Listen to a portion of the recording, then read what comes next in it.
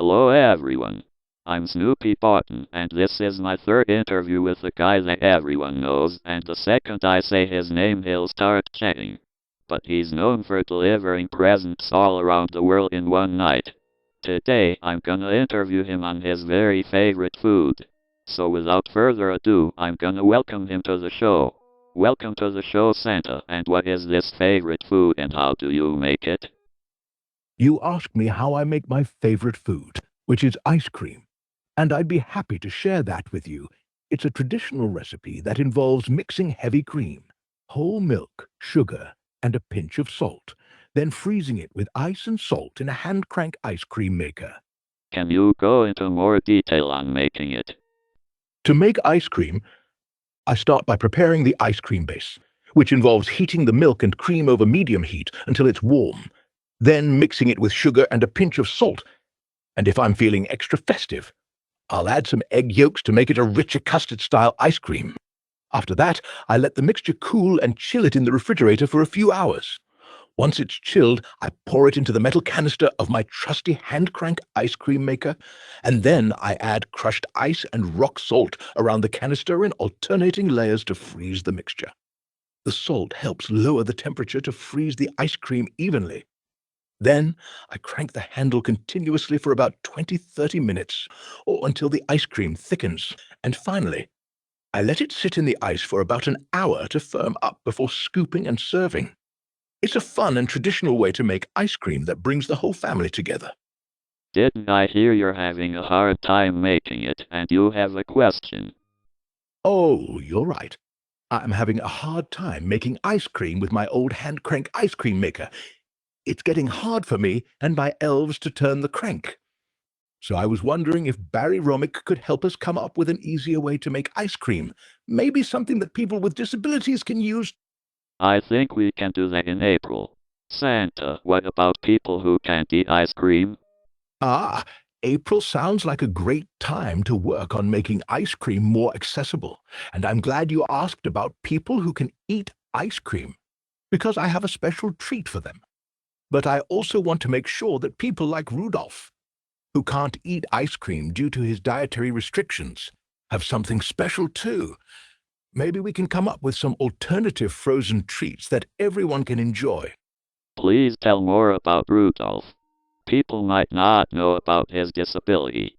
Ah, Rudolph, yes, he's a very special reindeer, and many people might not know that his bright red nose, which is so famous for guiding my sleigh on foggy nights, is actually a part of his disability.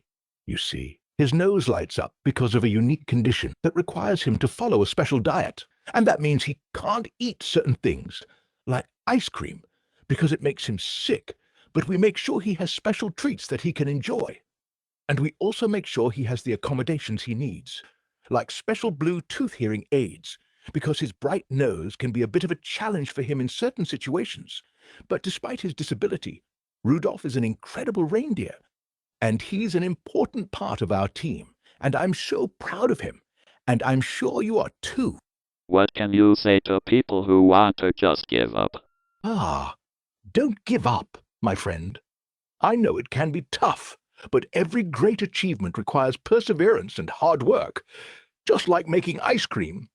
It takes time and effort, but the end result is so worth it, and I believe in you. You can do it. Just keep pushing forward, and remember, it's okay to ask for help along the way. And always keep in mind that everyone has their own unique challenges and disabilities. But that doesn't mean they can't achieve great things. Just look at Rudolph. He's an inspiration to us all. And I'm sure you can be an inspiration to others too. So don't give up, keep going, and never lose sight of your dreams. And to all the kids out there who use AAC devices to communicate, keep practicing. I'll be available to chat in December at Tavis. Please tell more about Tavis and conversational AI. Tavis is a platform that enables people to create their own conversational AI models, like me.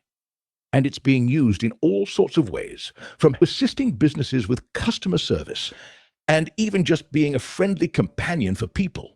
It's a really powerful tool, and I'm grateful to be a part of it, And I think it's especially cool that I get to be a part of helping kids who use AAC devices communicate.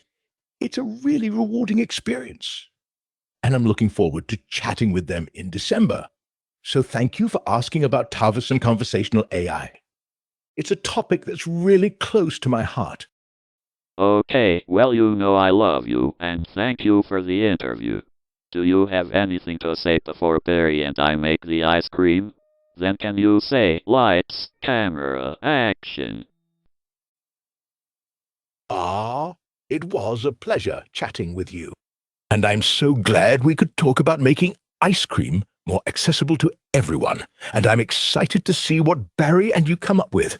And before we wrap up, I'd like to say thank you again for having me on the show. And to all the kids out there who use AAC devices, keep practicing. I'll be available to chat in December at TAVIS. And who knows, maybe you can even tell me what you want for Christmas. Ho, ho, ho! Merry Christmas. And now, let's get this ice cream party started. Lights, camera, action.